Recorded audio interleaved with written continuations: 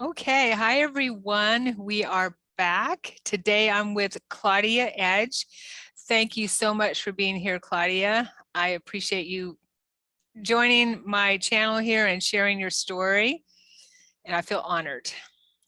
Awesome. Thank you. Wow. Thank you. I appreciate that. Sure.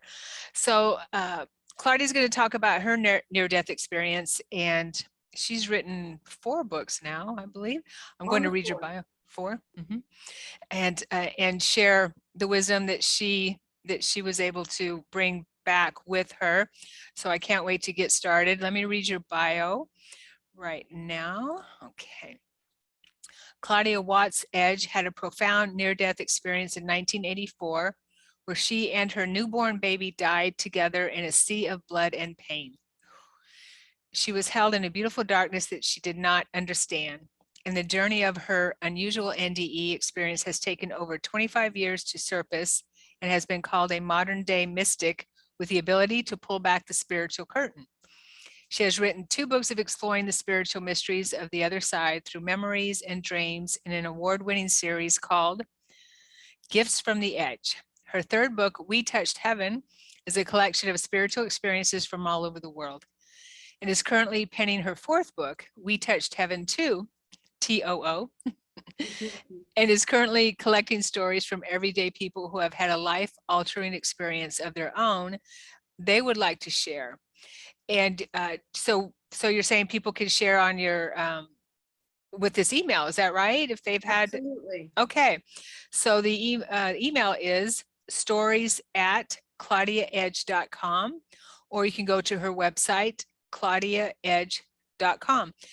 And I will have all that information, or do have that information by the time we get on there, down in the details.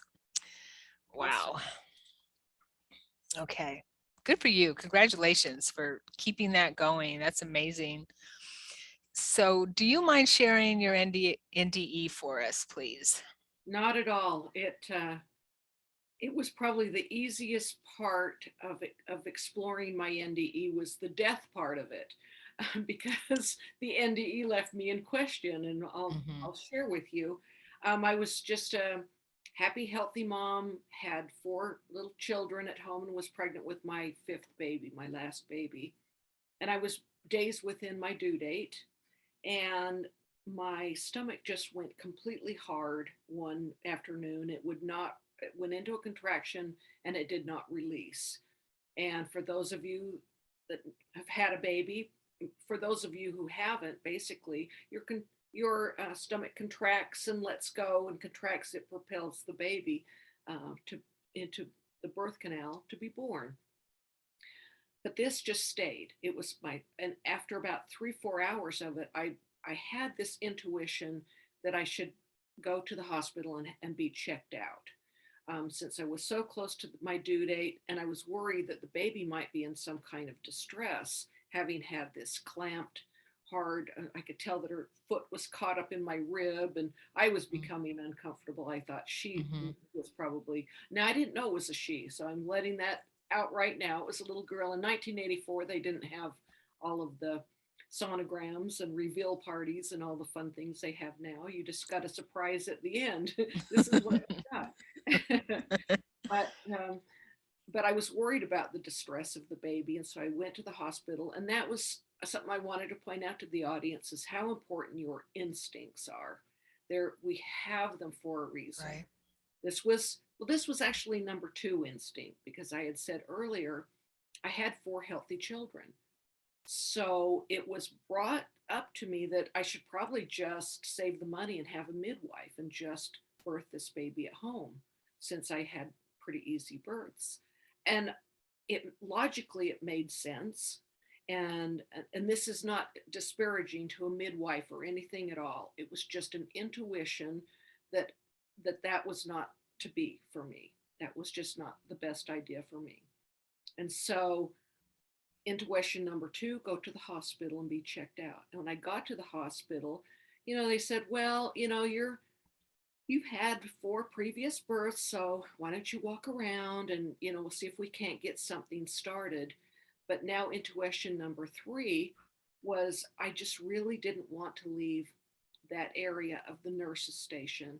And I barely walked 10, 15 feet away from there and sat down in a wheelchair just around the corner so they couldn't see that I Mm, sat mhm. down instead of walked around.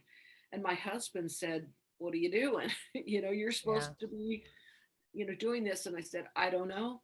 I don't feel good. Something's wrong." And I ended up within about 5 minutes going back to the nurse's station and telling her so. Something is not right. And so she said, she gave me a gown, and in that changing room I noticed large drops of blood, and that was not normal for me. And I rang for the nurse. I was, a little bit scared, and Sure. rang that red nurse's button, and she came in and was like, "It's okay, this can happen. It's not um, abnormal, I guess. It can happen." And but as she said that, it was like this bucket of I mean, we're talking those big Home Depot 5 Yeah. gallon buckets just dropped between my legs. Oh my And God. Wow. it looked like something out of The Shining, that hallway of Mm, blood. I mean, mm. it was everywhere. The room was covered in it. The nurse was covered in it. I mean, it Wow. was an explosion, basically. And I forget to add this sometimes, so I'll say basically the placenta, which um, helps the baby temperature and food and whatnot, keeps the baby comfortable as it grows. It was receiving blood, but it was not exiting. And so it was getting it, the hardness was, it was this placenta that was absolutely hard as a rock, filled with so much blood that it got to a point where it exploded. Oh I wow. had living shrapnel, is what they called it, throughout my entire cavity of my body. Wow. And the fear was, as they could not get um, a monitor or hear a heartbeat of the baby.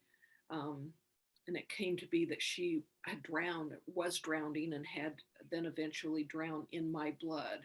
So it was really a horrific, quick.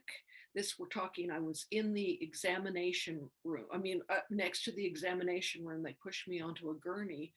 And when they finally got an intern to come and see what was going on, he uttered, "This woman's got 2 minutes of blood left," Mm, And I was not in pain. The placenta is, organ more for the baby, I guess, than, attached to me. So I did not have pain with what was happening. I was completely lucid. And I thought, so this is how I'm going to die. You you think your whole life, and I'm, barely in my 30s at this point, but you think, is it going to be a car accident, or I'm going to hit by a bus, or illness, or, whatever, mhm. what is going to be my demise? And when it's placed, set in front of you, it's like, it's not, I could die from this. It's like, I'm dying from, I'm actually dying. And it's amazing, the body's or the mind's capacity to accept it. There's not a whole lot you can do. And I was holding on to the precious moments of everything within the room, Mm, and was wanted to know what was happening to me, for one thing, and how was I dying. It was like, I just, I didn't have an idea. And so I would listen very intently to the doctors and nurses and whatnot, what they were saying. And I was, the the room became very dark. I couldn't see very well. And I kept looking up to a light above me to see if it was on. And as I was in this, getting darker, it was like I was going backwards, and the walls of the room, the ceiling had popped off, and the walls of the room, they were becoming fluid like, and they were moving inward. And I'm drawing backwards as the walls are coming in, and I went, well, this is the tunnel. I've read about, I had read NDE experiences, and I went, this must be the tunnel they're talking about. And I'll put a caveat in here that after I had thought about my death, leaving children and whatnot, that was really hard. but there was also a speck of excitement, I'll use the word, because I lost my dad when I was 16, and I talk about him, so I'll probably talk about him, that this experience later. But there was that smidge of, oh my goodness, I'm going to go see my dad. I firmly believed it, and it was like, okay, I'm ready to go. And as I was drawing backwards, um, I want to say, I just wanted to enter here that even though I had not been in pain before, they were holding me down at this point and cutting the baby. And in an emergency situation, they start Oh. here and go all the way down for an easy exit, getting to the baby. But it means they're moving parts, human Mhm. parts around. And Yeah. I looked over and saw a nurse, and she was wrapping this gray rope around her arm like a garden hose. And I'm looking, and the pain was horrific. And I Oh, realized that they were pulling out my intestines. oh my And gosh. so between you're going into shock, you're bleeding to death, I'm becoming blind. My ears, though, my capacity to hear was really, really enlightened, really, I mean, fully. I could hear all over the hospital, different television sets and conversations, and it wasn't all one large buzz like it would be if you were in a noisy convention hall or something, how it's Mhm. just noisy. They were individual pockets that I could focus on, this conversation or that television set or this phone ringing. So I found that really interesting. And so as I'm pulling backwards and they're holding me down, I had just had enough, and I popped out of my body. And when you see this precious lifeless body, um, you know, um, not my precious lifeless body, but my little daughter's, it was just, I was done. It was kind of like the room was so tragic. It looked like everyone had been in a war. I mean, it was Oh. really awful. And I just had enough. And I was detached enough. And I wanted to express this to your audience too, is, the body basically is your working overalls to experience this life. You pull on, or your space suit, it's like this wonderful thing that we take care of and we use for this adventure. But this earth life, it's an adventure. It's not our home. We're here on this great, you know, I use the word again, adventure. But Right. at the end, we take that off and we set it in the corner, and we're free, to, thank you overalls, thank you for everything you did, but you're no longer attached to it. Mhm. Um, I was this very same person. My thoughts were the same. I wasn't missing anything that was actually me. And it wasn't, yes, I had gone through a lot of pain, but it wasn't something where death was painful. I don't want to equate the two, because the death part of it was as easy as a soft pop, um, that a little wisp, and I could feel like an air change frequency, something that Mhm. I call a pop, and I was out. So it was easy, and we've done it before, and Right. it was familiar. I Many didn't. times. Exactly. So it was like, and I checked out the room, and then I exited and visited a lot of places in the hospital that I mentioned in my book, but I won't take up a lot of time with that. But I ended up in a man's room. I was following the music, and I had, while still in my body, I was trying to calm myself, because I thought, if I don't um, let my heart beat in a panic, that maybe if I slow it down, maybe my blood will stay a little longer, that they'll have a chance with me instead of me freaking out. And Mm. so I did focus on this piece of music from MASH. It was their theme song, what is it? Suicide is painless, I think Yeah. this one is.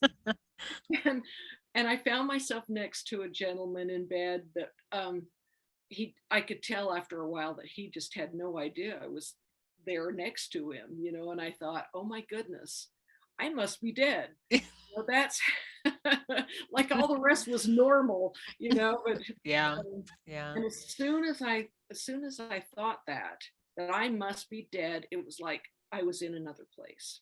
Mm. And the place was an expanse of complete and total black, but it was everything.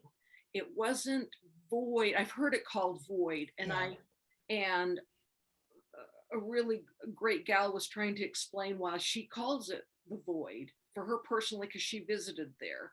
And I was like, I get that. It's just that word bothers me, because Hmm. to me it feels like a nothingness, and to me it was everythingness, and it had a consciousness, and it knew me intimately, and it loved me, and it was holding me, just cradling me like a baby, like I was just so satisfied, so loved, so content in this place. I could have stayed there forever. I don't know how long I was dead. Again, this was 1984, though I was in a teaching hospital, and they did confirm when they would ask me, what did you hear, see, feel when you were dead? So I feel confident in my expressing. It wasn't that I fainted or the anesthesia, because I didn't have anesthesia. I didn't have an aspirin. It was Yeah. immediate. And Yeah. so I wasn't bogged with any of those things, and being told that I was dead. They told me I was morgue gray, because I had lost so much Oh. blood that, there wasn't a question of that part of my experience. But like I say before, I had read many accounts of NDEs because I was curious where my dad had gone. I was Hmm. 16. I adored my dad. What was he doing? Was he busy up there? Did he have a job? Was he watching me? Is he proud of me, or could he see the things I was doing? All the things that we wonder about. Sure. And so I had read a lot of accounts, but I had never read one like mine. And when they were asking me, number one, what did it feel like? Now, trying to explain that kind of pain, I mean, it was there. There aren't earth words. There aren't words, to explain the intensity of those kind of feelings. And I also couldn't explain or give an answer to the second part, which is, well, I didn't see or anybody really. I Hmm. didn't. All I felt, it was all feeling, but it was there. It wasn't a person there with me or a person holding me. It was everything was. Yeah. So it was like, how do you know, I have better words for it now, but I'm saying it in my 30s, and going, what the heck just happened to me? I Right. didn't have those words. And it took me a long time to convalesce, to build that blood up. And I'll tell you, um, they just kept bringing in those bags and units of blood. They just continued to fill me until a certain point where they said, we've got this blood disease, and we don't know how it's contracted. We know it's through the blood, but we don't know why or who or where, how it's happening. Again, this is 1984, and found out later it was AIDS. But they were trying to shut my blood supply that they were bringing in off. And I was just like, no way. Because as I had gone blind and gone back in this tunnel, every unit of blood that they gave me brought me Brought you back. that much light and closer to life. I felt like a vampire. I'd sit up and fluff up my pillow and be ready for when the blood came. so, so anyway, we should all be donating blood, because there are a lot of people out there that really could. Yeah. Yeah. So what you're saying is they wanted to stop giving you blood because of that Yeah, fear of AIDS at the time? yeah, they thought, and I just laughed, because I said, oh my goodness, what I was just through, if God wanted me dead, believe me, it would have happened with He's not going to. I said, I have no fear of it now, whatever. Yeah. Bring it on. I'm feeling kind of superhuman right Right. now, you know. Uh, Wow. Wow. so, but it took me back. My non near death experience, the words that I could use. You know, I'd been raised in a religious community, and I equated, just like I have a problem with the word void, I had a problem with blackness or Mm-hmm. negative, Mm-hmm. positive, you know, dark, light, you know, good, bad. It was like, wait a minute, I was in this most awesome, beautiful, loving place. But when I tried to explain that, the look on one of the, I want to say nurse, but she could have come in research. She had her clipboard and was trying to capture what I had to say about where I had been, because I was pretty popular in the hospital. They called me Pioneer Woman Oh, I bet. Yeah. because I had been through all this in the raw, you know, Mm-hmm. and now it's like, now tell us about where you've been. And the look on her face when I tried to say I was in this amazing dark place, it was like something went over her face that that I read as negative, that I read Oh, as a miscommunication. And okay. I thought, okay, if this person doesn't get it, how am I going to explain this to my neighbor or my Yeah. mom or, you know, Right. someone like that, without putting myself in a position of going, wow, you know, maybe she is bad, you know, maybe she went to a type of hell or something. And I But knew, you felt so good. oh my How goodness. can you? Yeah, I know. But how can someone think that that was? But I'm just Yeah, speaking, thinking out loud that that is not good if you feel so loved and so right. protected and cared for. Yeah. Yeah. But But it's the programming. I get it. yeah. And Yeah. everything that I had read were, you know, you go to a place of beautiful gardens, or you see your grandmother, or, you know, Mm, there's a connection. There's someone that takes your hand and takes you to the other side. And I thought, where was my dad? I'd been excited to see him. You know, it was really confusing because I thought, well, yeah. my dad loved me. He would have been right there. So where was he? And in a, I'll use the word shame, not necessarily ashamed, but in a way of just, was I not good enough? How come Mm, I didn't have that experience? You know, why was I so different? That I started to push the experience down and just kind of move on with my life and not talk about it. But there was a, you know, always, and I continued to read other accounts. I continued to search for me in somebody else's account, and I couldn't find one. Now there are a lot of them, and I, hmm. how grateful am I to have had people open up and talk about those type of Yeah. experiences, because I know there's some hellish ones, and I absolutely didn't relate to those, and it's like, where do I fit in this Hmm. death You know situation? what's interesting, Claudia, if I can interrupt you for just a Yeah. second here.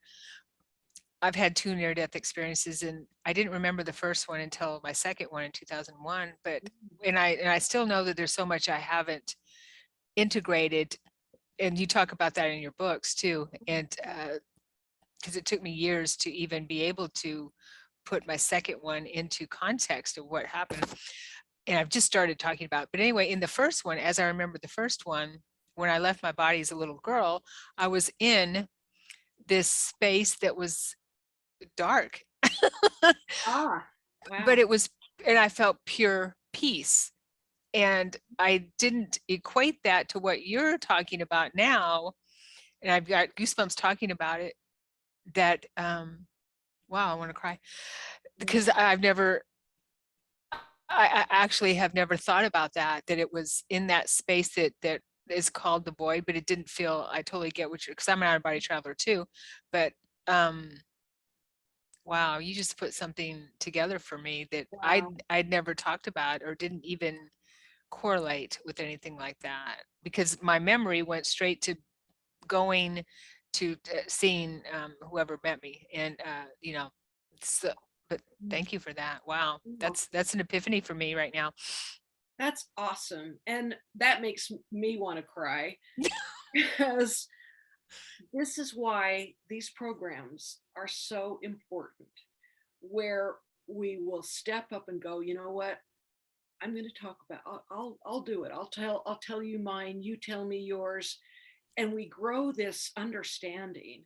And there have been so many people who have, questioned what happened to them. And I felt like I was in this desert wandering, for 30 years, wondering where I had gone, that I got to a point of being a little bit angry about it, because as I read more and more accounts, I went, I'm a writer. It's like I had the most profound experience, but what am I going to write about? I didn't see anybody or go to a garden or something. So what am I going to do?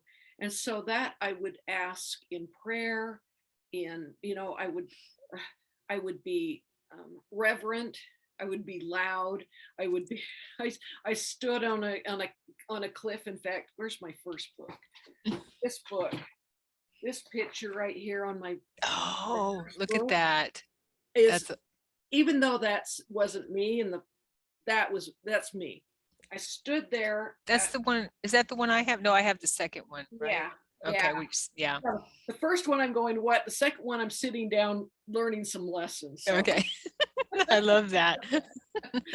But it's like right off the edge of a cliff, just going, please, I know there was more. I know there was something, and I want to know. And after all of those years, I had ended up in an IONS conference, this international near-death studies, big group. Mm-hmm. And long story how I got there, but I ended up sitting across a lunch table from Dr. Eben Alexander, and mm-hmm. his near-death experience. And he said something so profound that opened me up was, if I had been able to plan or, execute my own NDE experience, I would have met my father. I would have seen my father. His father was a famous surgeon, just like him. And he was confused why he hadn't seen his father. And boy, my ears, just perked up. And he also said, and I have been getting more and more, I think he called them downloads and memories and things that were still coming in. Mm-hmm. Just like you were saying, you have mm-hmm. this 20 years ago or whatever, but you still get these things come in. And so, that just opened the door for me. I thought, okay, if Eben Alexander can, have this type of experience and still be getting downloads, I'm going to ask for mine. And I really did. So I guess, that old proverb, when the student is ready, the teacher will come. Right. I was one time just in the middle of praying and just going, I don't understand. I've been going through all of this. And I heard audibly, what did it prompt? Now I'm going, well, I heard it, Mm-hmm. Mm-hmm. And I was like, what did it prompt? And well, it prompted me to be open to all forms of, I'm reading everything I can find on near-death experiences and out-of-body experiences. And, I was open to all kinds of spiritual phenomena. I wasn't fixated on just my experience, but I was fixated on everybody else's. Yeah. And I was filling my basket, so to speak, mm-hmm. with knowledge, where I wasn't just stuck on my perfected place, losing words here, but what I wanted to express is, I listen to other people's experiences, and sometimes they don't want to listen to other experiences, because guess what? They were there. It was perfect. It's like, it's wrapped up and it's got a bow on it. And it's like, they know what it was like on the other side. That experience was tuned perfectly for them. And that's theirs. That was their gift. They hold on to it. Well, I didn't have that. So I was, I was studying everything, Searching. Yeah. grasping anything that felt a, a spiritual phenomenon, information. And so it was like a carrot that was dangling in front of me, and I chased it for 25 years until I started receiving dreams and memories and things like that. So whether I wasn't ready, as a young mom, or what would I do with that much information, I don't know the reason, the entire reason, nor do we as humans. It's like Right. there's a reason, but I am so grateful now to be able, I'm sitting here and I have a purpose. I know my purpose. What an amazing thing when you walk through this life and go, as I just meant to get up in the morning and go to that job and Yeah. run to the grocery store, and then we're out of milk, and everything that you do all day long, and then and barely any time within your own head to to explore how you really even feel about things. It's Yeah. um or the lack of support as you want to do that, but it's kind of like husband or whatever, family, religion keeps you from that exploration.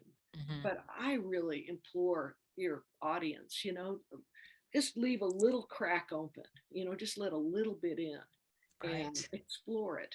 And if it resonates for you, that's awesome. It's wonderful. If it doesn't, somebody said put it on the mine shelf. Just just put it up over Yeah. here. You don't have to incorporate it. You don't, there's a lot of things out there, and if it feels good and feels right, and gives you an aha, type thing, and puts a piece of that spiritual puzzle together, Right. then it was time for you to hear that. So I'm hoping that something I say today will reach someone in your audience. So Oh, I'm sure. I'm sure it will. yeah. Many things that you say, I'm sure. Thank you so much, Claudia, for sharing that. What a intense, I can't even think of the right word for Mm. experience. So obviously your daughter is is, is alive. We were two miracles that yeah, night. This young yeah, intern, he pulled two rabbits out of a hat there. yeah. And so she's actually the mother of the twins I was warning you about. I have Oh, okay. two 6-year-old twins that live with us while she's saving for a house. Uh-huh. And the little girl is a boy and girl. The little girl was practicing screaming today. Oh. Yeah, the really, Hey, really good one. it's good to scream every once in a while, isn't it? Yeah, yeah. It's good to get that out. There's I was wondering if you could, first of all, I want to indulge myself and share a couple of things that just resonated with me so much in your book, and I'm almost finished with it. I'm about more than three Wow. quarters full. Thank I you. mean, through it. I love it. Get Claudia's books. They're amazing. So there was, let's see, let me find it here. The figure 8 with your mother really resonated with me Mm. because that was when I was communicating with Yeshua. I saw Yeshua, Jesus, in my near-death experiences from my memory. Wow. And after my mother passed, she brought him to me to guide me because I didn't remember right away my near-death experiences. And well, when I was 9, I didn't remember it till many, many, many, many years later.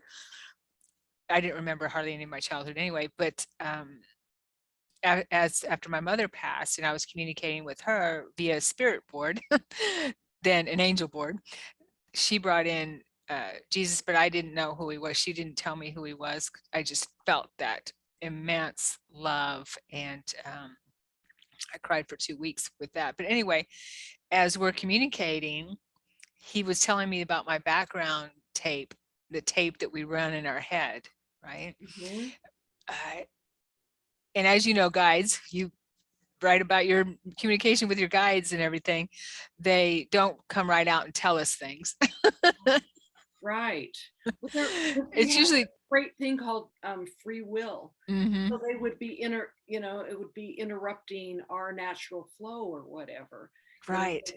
Yeah. So when we have to ask the universe, ask the guides, let them know it's okay, that Hmm. you want it, and if Right. you're ready for it, they'll give it to you. They'll give it to you, and but we still have to do our part of the work. What I understand is meet them halfway kind of thing. But he Mhm. would ask me, "Are you sure? Are you sure?" And I say, "Am I sure what?" But, we're having a conversation. I look forward to coming home from work and talking to him. And I lived in Texas at the time, and in the background, I mean, in the backyard, and talking to him on the spirit board. And isn't that funny, talking to Jesus on a spirit board? And so How we he, all have an avenue, mine it's is in dream. I yeah. think because, and I don't mean to interrupt your Oh, story, I that's want to fine. get right Yeah. back to it. But yeah, it's kind of like, as a busy mom or whatever, the only hours that I had to myself were in dream. And that's Right. where I met my spirit guide. And that's where I trust the information. I can tell the difference of a sand dream or, that dream experience. So Yeah, anyway, definitely. so get Dreams are story. dreams are a huge way for communication, definitely. But and he asked me, "So are you sure?" And so finally, he got my attention to listen to my, because I was becoming. He was helping me tap into my psychic abilities through the spirit board, because we were communicating that way. And I got to where I didn't have to use my hands; I could just use my eyes on the letters, and he would spell out the conversation that way, what he was talking to me about, and then I would look at the keyboard and he'd spell it out that way. Now I'm just a psychic medium, and I connect that, Mm. that's what I do. But he said, listen to your background tape, and what I could hear was, I'm sorry, I'm sorry, I'm sorry. That Wow. was my mantra. Wow. Wow. So, and back to the infinity symbol, he gave me that, he spelled that out on the spirit board that went to the number 8, to replace my mantra with infinity. Wow. I've got goosebumps talking about it. That, So and your little, that has your, really reached me, um, because of that background tape that we roll in our own heads. I yes, haven't thought much about it, but you know what mine said? Are you sure? Am I worthy? You know, yeah, who am yeah. I? It was, and I would get these billboards in my dream that would say trust, kind of Mm, like mm-hmm. my guide would hand, these hold up these billboards, trust, Yeah, and right. I've We're so programmed the other way. exactly, I thought, well, if you love God or whatever, you should be humble, right? So it's kind of like, I want to touch the hem of Jesus's garment is one of the mantras, or Mm-hmm. it's kind of like, am I worthy enough? Because we've been indoctrinated to be sinners and not worthy. And it's like, now Right. you've got this. Um I was in the tub when I was given these books. Each book really came in the tub with lavender Nice. and bubbles, right? That's a good place. That's the best place to be when you want to Oh, communicate with spirit. exactly. And I'd be like, are you sure? I mean, you know, it's like I can write a little bit, but it's like, no, it's you. That's, and they assure you, yes, you are worthy. And then I write about some of the dreams, some of the amazing experiences that brought me to the point of being able to sit in front of you and go, I'm one of many. Mm-hmm. But guess what? We We're all all are, worthy. and we're all worthy. And if I could express that, sorry, I get teary in that, because Yeah. it's when you and I was gifted to be able to see myself through the eyes of God. I was able, I don't even know how it was arranged, but it's like I saw myself as God saw me. And I literally said out loud, wow, she's Yeah. doing a really good job, isn't she? I was like really proud of her being me. But it's Oh, like we are so revered and loved and held, and as I think of in the religious terms of God's children or whatever, and how much we love our children. But it's it's more. so much more. Yeah. It's so bigger than that. But Yeah. we are magnificent. don't ever doubt it. Don't ever doubt that you are this powerful creator. You are a piece of God. It's like there is nobody who could say anything, derogatory or whatever that would make a difference to me, because I already know Mm-hmm. who who I am through God's eyes. It's like anything else, I don't care. It's As illusion. It's long as programming. I'm good with God, nothing else matters, right? Right? Nothing else better. Yeah, yeah. Yeah, that's beautiful. And your story, thank you. Thank you, Claudia. And go back to that. I didn't feel worthy of when he told me he was Christ. I didn't believe him. I didn't believe him. So why would I'm not I was raised Catholic, but I wasn't a good Catholic, definitely. And I didn't believe he was up on a pedestal, that the religion, Catholic religion, they put him up on a pedestal. And so I never resonated with any of the teachings of the Catholic Church. Nothing against Catholicism. If you love it, that's good for you. But it wasn't for me. And so I'm like, why would Jesus want, even though it didn't resonate, I didn't really, It's in here. It's it, playing tape. Yeah. yeah. So it took a little while for him to, I'm not going to say convince me, but for me to open up to the possibility that I'm Trust, having a dialogue right? with Jesus or Yeshua, that he's actually there with me. And he loves me so much that, yeah, he never left anyway. It was me that didn't have my attention on him. You know, oh, sorry, I didn't mean to. No, that's fine. Yeah. It's how I think of religion, because I do not disparage religion. I think it's important sometimes, really, for community Mm-hmm. and a place to practice service and Mm-hmm. oneness with other people. So um, I appreciated the religion that I grew up in. It was a really good foundation for me to build upon. And I had, and so I speak to someone. You had a guest a week or a couple of weeks ago, Maud. I listened to you and Maud talking, and Okay. beautiful Oh, girl. Maud. Yes, I'm sorry. Yeah, Madeline. Yes. Beautiful girl. is Yeah. modeling. Yeah, Mm-hmm. and Or Maud. Yeah.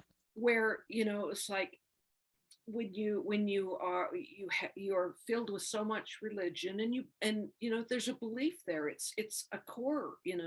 It's like, and then you start getting these other things coming in, and it's like, how do they fit? And some of them don't exactly fit. Right. And so I wanted to speak onto to I'll call her Maud, because that's what I saw on the No, that's her name, Maud. I'm always used to calling her Madeline, but she goes by Maud too. okay. But it's like, one of the things that I treasure from my grandmother is an old treadle sewing machine, and it's got the beautiful wood, Mm-hmm. with the dovetailed drawers. I mean, they don't build things like they did then. Right. Beautiful, Right. beautiful artsy piece, and I keep it. And the safest place that I thought I could, when I had so much of the other stuff coming in that I was holding, and I had to let some things go, I did a kind of a ceremony one night, and I imagined all the things that I was going to let go, and I imagined this treadle sewing machine and opening this drawer, and I safely tucked it all in this drawer, and closed it, and it's there, still there. And if I ever need to refer to it, or whatever, it's there. But it was a safe place for me to put the religion that I had grown up with, without Yeah. just throwing it, casting it aside. Right. But the reason I'm on this course right here is to talk about how, you know we are a couple apart from Jesus and everything in Mm-hmm. religion.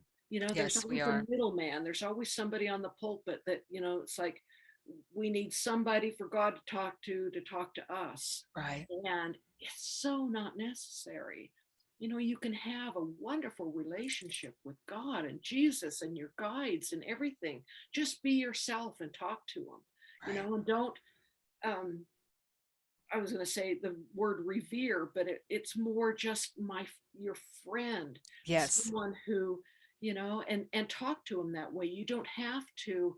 have the kneeling down and these and thous and amens and all of that stuff, when, I'm driving in the car, I'm talking to God, and I'm Mm-hmm. talking as a friend, and I Mm-hmm. know he's there and he's listening.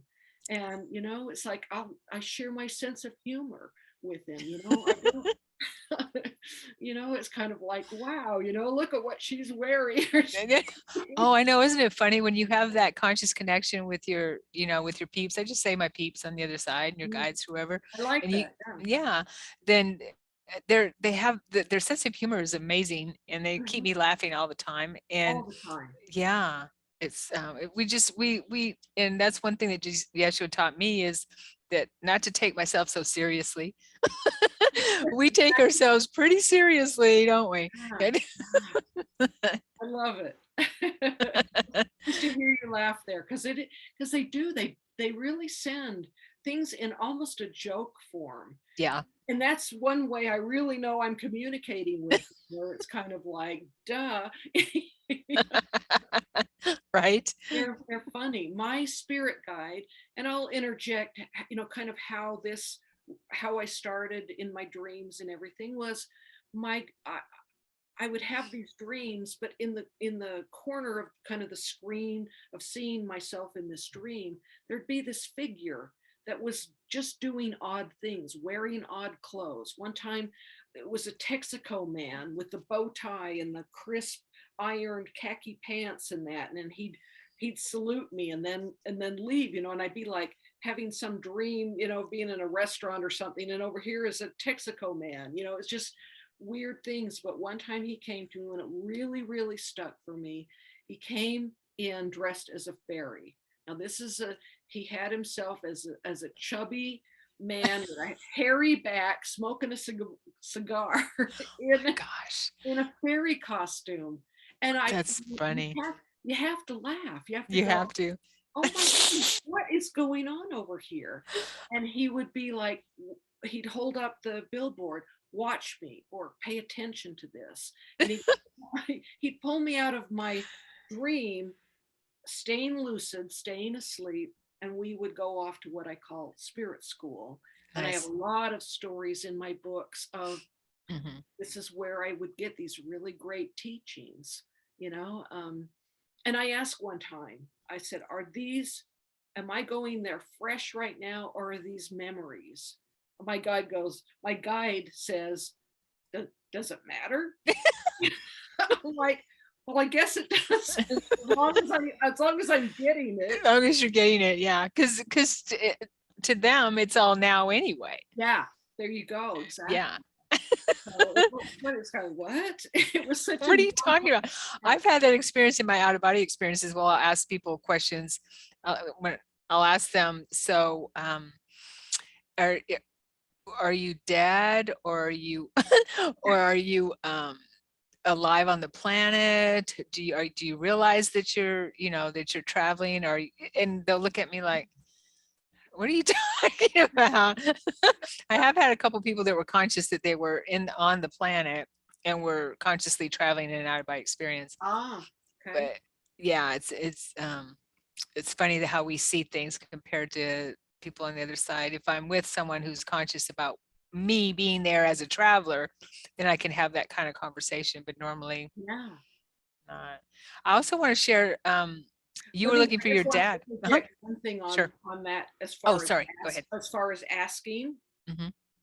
because besides our free will, I realize that sometimes I'm asking something and it's like, what kind of answer am I going to give this? It's like, um, and he actually sent me a quote that said, if the universe isn't answering your questions, ask better questions. Oh, Yeah. yeah.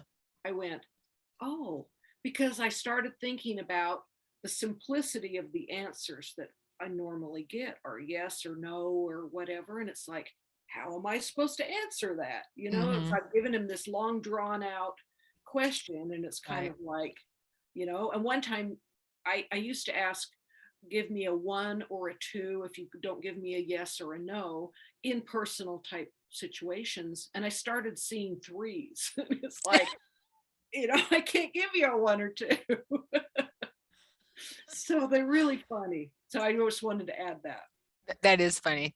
Yeah, so you could use, well, 3, is that a maybe, or I don't Yeah, know, but there's yeah, just so many ways to look at it. That's funny.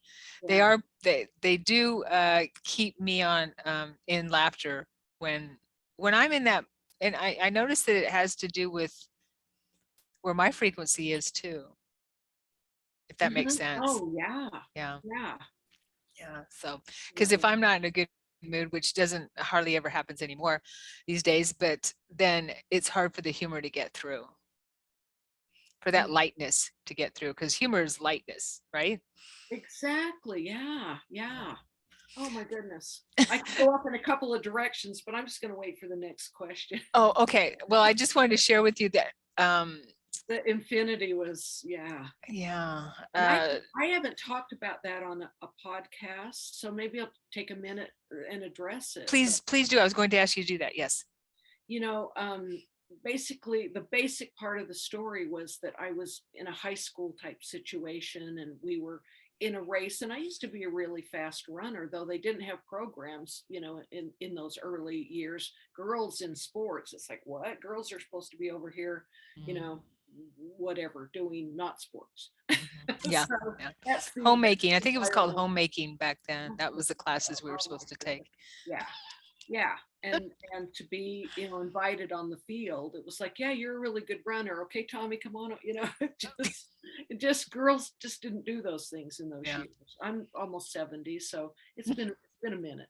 It had a few minutes in this world.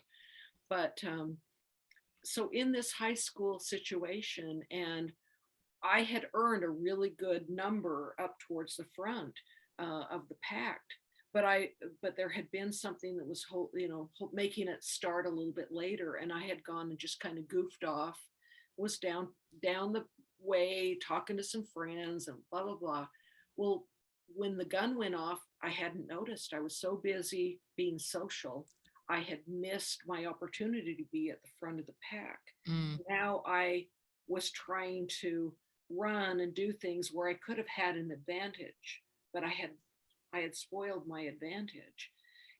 And along the way of this run were opportunities, um, to go off course and to help somebody who had fallen, or I'm just kind of grabbing a couple things, but there were just opportunities to pull out of that, everybody heading in the same direction, and do something for somebody else. And I found such pleasure in it. I did it kind of all through the course, and I didn't take this run as seriously as I thought I would, because I was learning and growing so much as I stepped off of this main course. And my mother had been waiting there, at the finish line for me. I was a fast runner. mhm. And by the time I got across the finish line, it was long past. Almost everybody had gone home, but she was waiting just patiently for me, and she's passed. And so my voice will, tremble a little bit because I love my Yeah. mama. Sure. But she Sure. was waiting there for me. And I ran up to her. I was like, I'm so sorry, Mom. You know, I'm so sorry I made you wait. It really had been, a dumb teenager kind of thing. And the Yeah. kind of thing where you're like, I'm sorry, I was silly. I was doing all this other stuff. And she stopped me, and she picked up the lanyard that I was wearing that had my number on it. And I had seen it as the number 8, but she turned it Mm. into the infinity sign, Okay. Wow. saying, "This is how long I will wait for you." Oh, Isn't that awesome? Yeah, yeah. So I'm I getting know tears. Yeah. I know my mom is up there. She's waiting for me, but Yeah, give me totally. leeway. Yeah, lots of leeway to get off the path and do some different stuff. Right. That's beautiful. I know that really got to me. Definitely.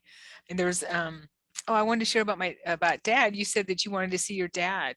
Yeah. And yeah, and Eben Alexander said he was disappointed too.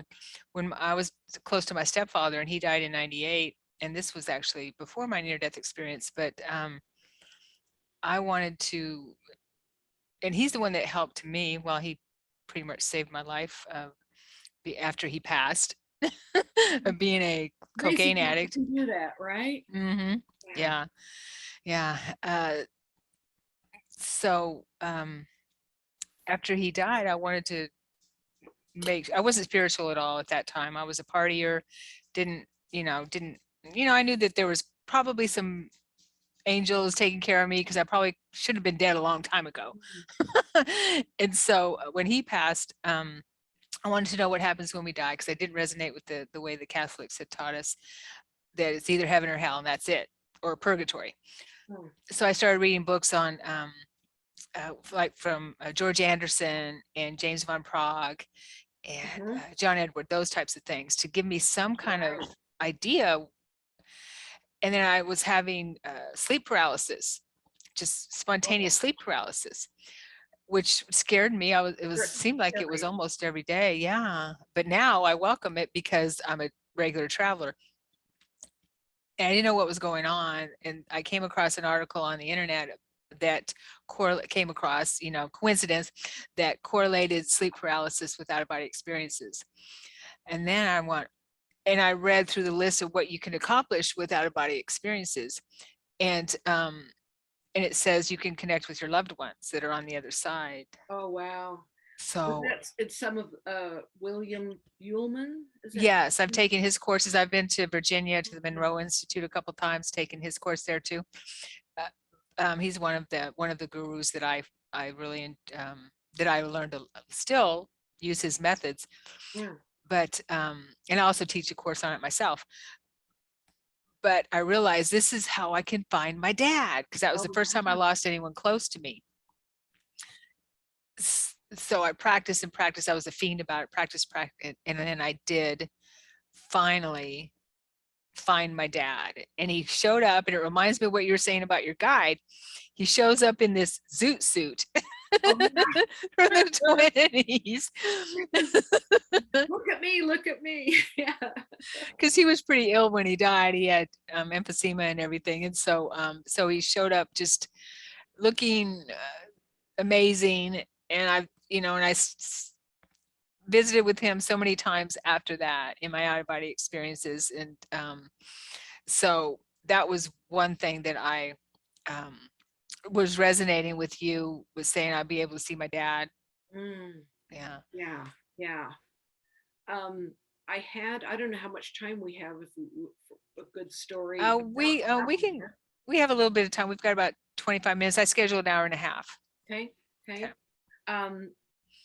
As a 16-year-old girl, wide-eyed, loved her dad, when after he left, I really wanted a dream or something of him. And it just was not happening. I had gone through close to 40 years without any kind of contact from him. And I realize now that if I had seen him in my near-death experience, there's no way I would have come back. I mean, that's the draw of that. And it's taken me a long time to realize, there are reasons I didn't see him, or reasons of even having dreams. But oh my goodness, it's saying I have a low battery and I didn't bring up my thing. Oh, okay. Well, we can definitely talk again. If let's pause it and let me just go grab my cord. Of course, we can do that. Yeah. All right. I can't remember exactly where we just left off, but basically I just wanted to share with the so I just ran to tell the audience my computer was on low. It was like, how is this happening? So I had to run and get the cord. So, yeah. So I apologize. No problem. Yeah. So let me pause it real quick. All right. So what I wanted to share with the audience was just a touch of background about my dad, and the reason that I trust so much the teaching that he gave me one night was that in our religion, we're not supposed to have alcohol, smoke, drugs, but also caffeine, which cut out having even a cup of coffee in the morning. And he was a really good guy, but he liked his coffee in the morning. And there are temples in that those with a recommend can go to those buildings. And he he couldn't comply. He couldn't go in and say, no, I don't do anything like that, because he wouldn't lie. And, I have to admire his, that he wouldn't bend, even for the wife who loved him so much, that wanted to go to this temple with him, that Yeah. he wouldn't lie about even wanting a cup of coffee, Yeah. and doing that. And so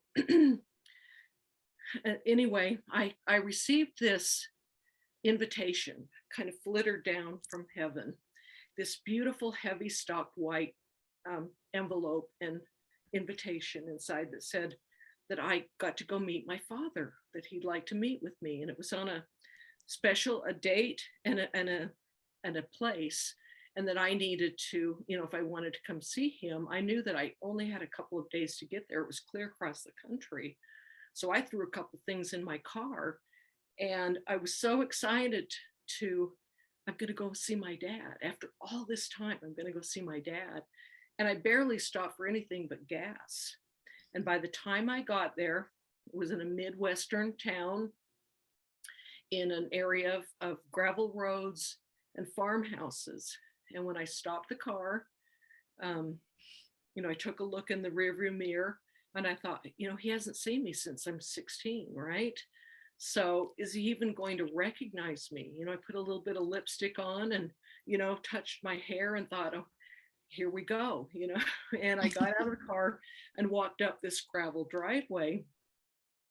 And I saw a young man going back and forth from his truck.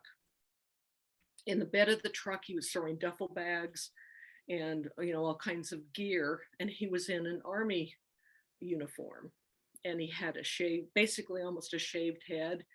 And he was just coming back and forth through the screen door to the back of the truck to the screen door, throwing things in the truck. And I stood there for a minute watching him and going, where's my dad? I'm right here at this place at this specific time. And he was in the back of the truck, and I approached the tailgate and looked at him. Didn't look anything like my dad, but there was a telepathy Mm-hmm. between his heart and mind. And basically let me know that he was my dad. He was indeed my dad. Wow. And I'm looking at him going, he doesn't look a thing like my dad. I believed in reincarnation, but I hadn't incorporated it into my knowing yet. I Yeah. was kind of like, Mm-hmm. I was curious about it. But it's like, well, I thought maybe if someone had been killed early, or a child or something had a chance to come back and redo, so I was still fitting in what reincarnation meant to me Mm-hmm.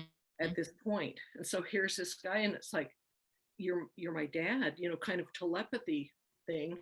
And he didn't look a thing like him. But I was really drawn to a tattoo that he had in this just barely, buzz cut, just a little bit of brown hair showing through. But there was a tattoo of kind of a squiggly thing with a pyramid or something. It was really a different type of tattoo, and I was drawn to it. And I didn't know what to do with this information. He's my dad, but he's a stranger. That eventually I was just drawn. I wanted to touch him, and I reached out, and it was like he let me, and I touched this tattoo on his head. And as soon as I did, it was like I was falling through this tunnel of lives. And each layer was a different life in this tunnel that I'm running down. And I could see the instances where I was with my dad, and lives where I wasn't, lives where we had switched roles and genders and everything else. And it was this continuing drop through this amazing tunnel where I recognized every single one of I felt the lives as I was coming through them. I couldn't tell you now because it was fast, Uh-huh. but I went, oh yeah, it was just aha, aha, aha, aha, all the way down. Wow.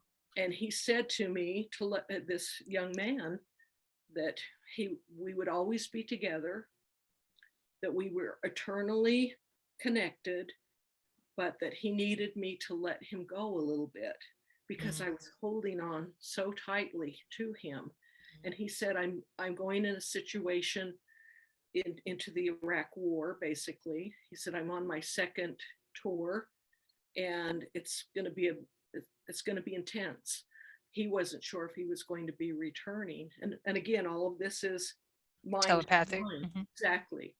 And he said, I've got to focus on this life and what I'm to do here in this life now. And I need you to just let your grief go a little bit. Let me go a little bit, which helped me in a lot of different avenues, of understanding grief and whatnot.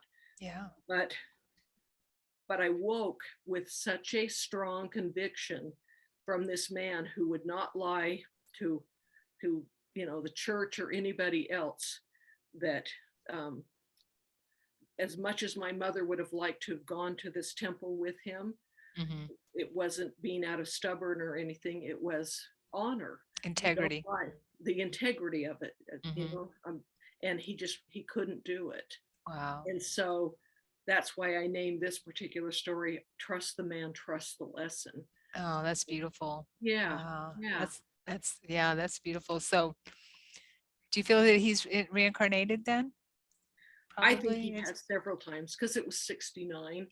Okay. I know of that one in Okay. particular, but Yeah. you know, Wow. and they say we're living, consecutive, we don't understand the time That's deal true. also. So, I have recognized other lives I've had, and Mhm. you start pondering, is that happening right now? And as I learn things now, am I improving that person in the past? It's Right. That's I the mean, goal for you sure. could lay there at night and your head would explode I trying to know. put this whole thing together, right? Believe me, I know. Yeah, I tried. Right. I know. My out-of-body experiences have taught me how multidimensional we are. I've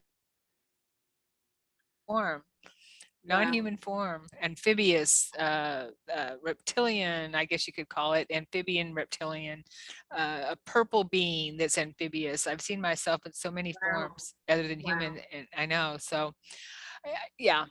While I was waiting I know we're kind of starting to wrap it up. Yes. While we were waiting to get together, how those words come across your screen. Well, every time I'm about to do a show, I watch what those words are, because I feel like this could be an interjection of something that maybe the light would like me to talk about. Sure. And the one that came through today was of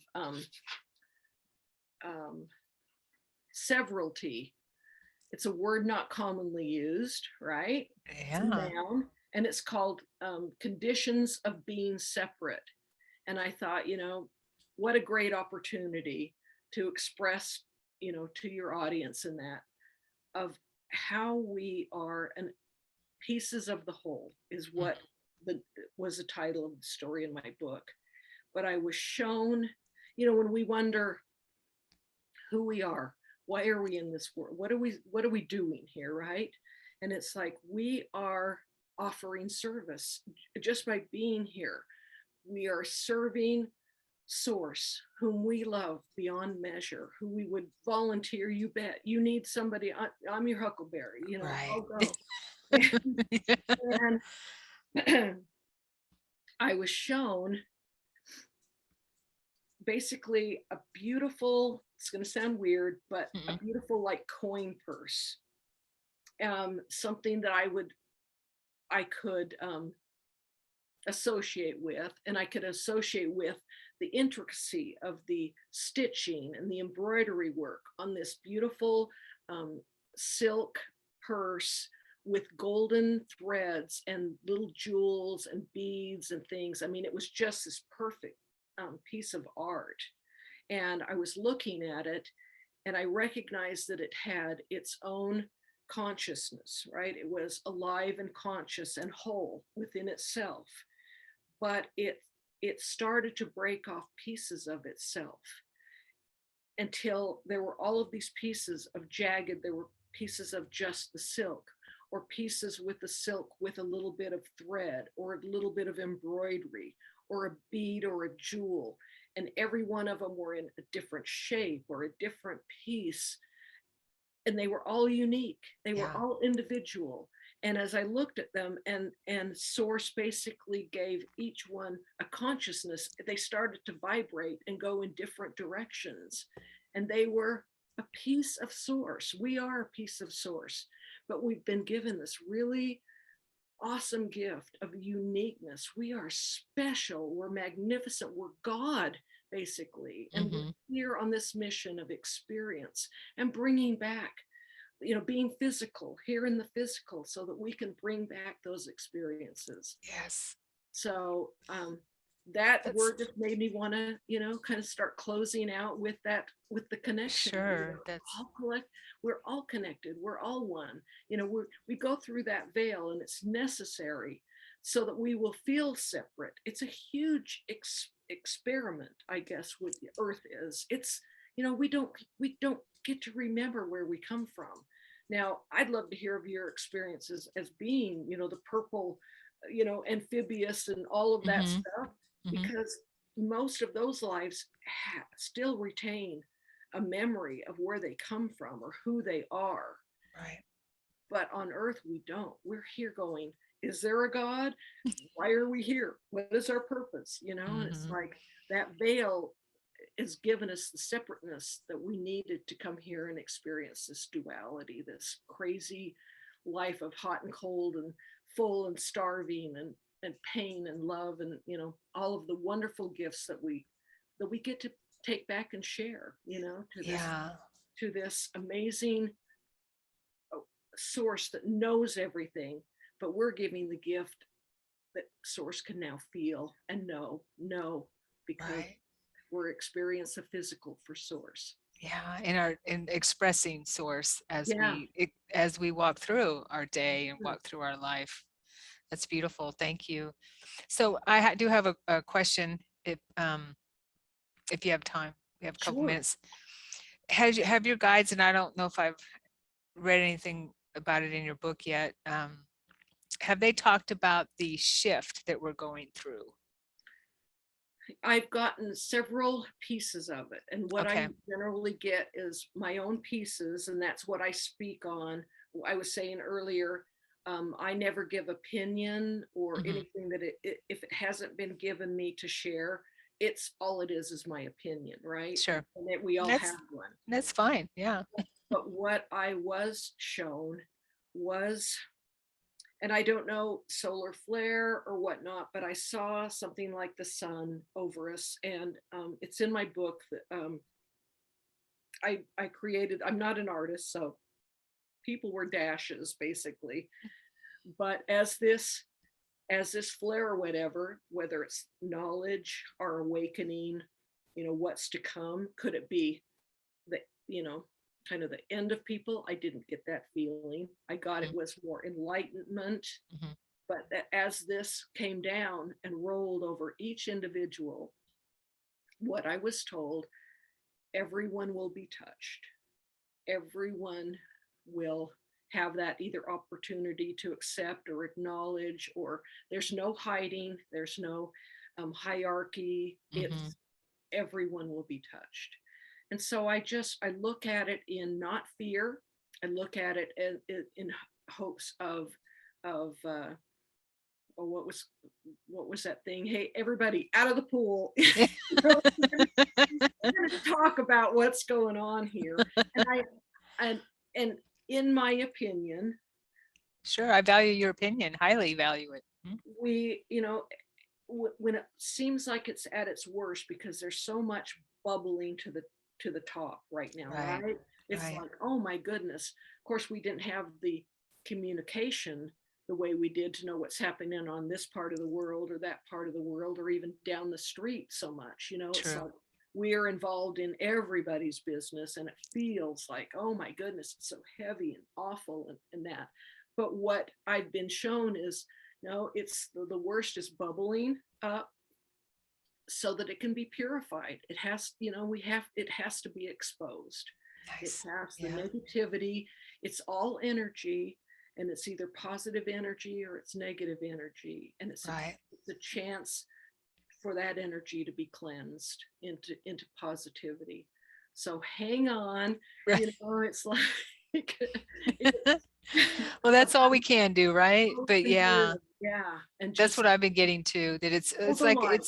yeah, there you go. Hold the light, hold the light. And it's I guess a planetary or a humanity detox type of thing. Yeah. Mhm. And so bringing all that to the surface and to shine the light on it, because it's been hidden for all this stuff Exactly. has been hidden for so long. And when we detox our bodies and detox ourselves, all that stuff comes to the surface. Absolutely. Yeah. Yeah. I mean, you can be on the best diet in the world and get acne, because Exactly. all, I know, right? like, all the poisons and everything are coming out. Uh-huh. So now we're going through an emotional, physical, Emotional. spiritual, etheric detox. Oh my goodness. Yeah. Hang on. Keep listening to these podcasts. Sharon is wonderful. Oh, There oh, are so many avenues to just, to gain peace, whether you hang on to it or not. I can't imagine watching some of these podcasts without feeling that high vibration, right. that lightness, that once you spent that hour with someone, you're going to feel better. And so that's what I would do if you are showing signs of fear. We can go, all over in those directions. Mhm. But that's for another day. That's for another day. Yeah, we But can. when you're feeling that fear or whatnot, it's like, turn something beautiful on and just spend an hour with it and lift yourself. Do that work. This will lift yourself. Perfect. Perfect. Thank you. Thank you, Claudia. And if you could share again where people can reach you and send information, their stories to you, if they have Awesome. some interesting stories that you would like to hear Okay. about. I'm gonna take a second and I'm gonna hold up. I held up this book. This Yes. is the first one, Gifts from the Edge. This is Stories of the Other Side. This is a lot. As I was working hospice, there's some beautiful deathbed visitations and Mm-hmm. learning to let go of my mother as she was dying, and the communications, myself learning how to communicate with the other side. So there's a lot of good information on that. And then this one, Gifts from the Edge, this is Lessons from the Other Side. This girl is sitting there and she's getting some teaching. Right. Amazing book. And I share a lot of stories of my spirit school experiences, and also the synopsis of the 10 things that I learned when I died. It's a short version of, it's pretty powerful and pretty quick. And then, I'm super, super proud of this book. This is We Touched Heaven. Oh, Right? wow. And this Yeah. is 47 people contributing, life-changing events, either near-death experiences, but a lot just a spiritual transformational experience, and just something that really changed their lives. And it's so packed with the most powerful people, everyday people, but also PhDs, MDs, atheists, reverends, a minister, a hunter, from all over the world, India, Asia, England, just go on and on. But so Amazing. with everyone with different religious backgrounds or work backgrounds, and NASA scientists, and PMH Atwater is in here. And now that I start on names, everything just goes blank, so I won't even go there. That's okay. But Raymond Moody, if you are someone that studies NDEs, kindly gave me a beautiful review. He Oh, thought it was terrific. It makes me wow. proud. He used That's the word terrific. what an So honor. so I you know I'm proud to offer that, and you can get any of my books on Amazon. And the fourth book is We Touched Heaven 2, TOO. These books, I collect stories. I've collected beautiful stories for years, and this is a lot of the people that I contacted when I went through my files and went, I love your story. You want to share it in my book? Yeah. So I would, contact me at stories@claudiaedge.com. Tell me you've got a story. I'm not in any hurry right now, but I am kind of forming chapters in my head, and I just let the light direct me. who sends, what fits. So, Nice. and you can also, my website is claudiaedge.com. You can contact me there. And I'm trying to think if there was anything else I wanted. But yeah, I or can put call it. me, you know, Mhm. let's have conversations. I'm open, I was closed for so many years that this is my favorite thing to talk about it. And so Mhm. I do Yeah. talk about it. Well, So good. thanks for Thank. letting me on your show. Oh, thank you. You are such a beautiful light, Claudia. Thank you for being here. And I feel so honored to have this conversation with you. And I feel like we already know each other. Yeah. Well, it was another piece of that spiritual puzzle. There was a click there. I heard it, right? Right? It was awesome. Thank you. Definitely. And I've got goosebumps as we're talking. So thank you. And we'll have to do have another conversation if you would honor me. You Okay. bet. And I want to talk about your spirit school. Oh yeah. Yeah, I kind of hogged some of your time there, but we'll we'll talk about a Sounds lot more of good. your spirit school stuff and other stories. Oh, and thank you everyone for being here. I really, really appreciate you. And yeah, and don't forget to subscribe, all the YouTube stuff, so you can get some more amazing videos of amazing people here and be notified of them. Okay, thank you, Claudia, again. Take care. Okay, you too. And bye, everyone. Have an amazing day. Mwah.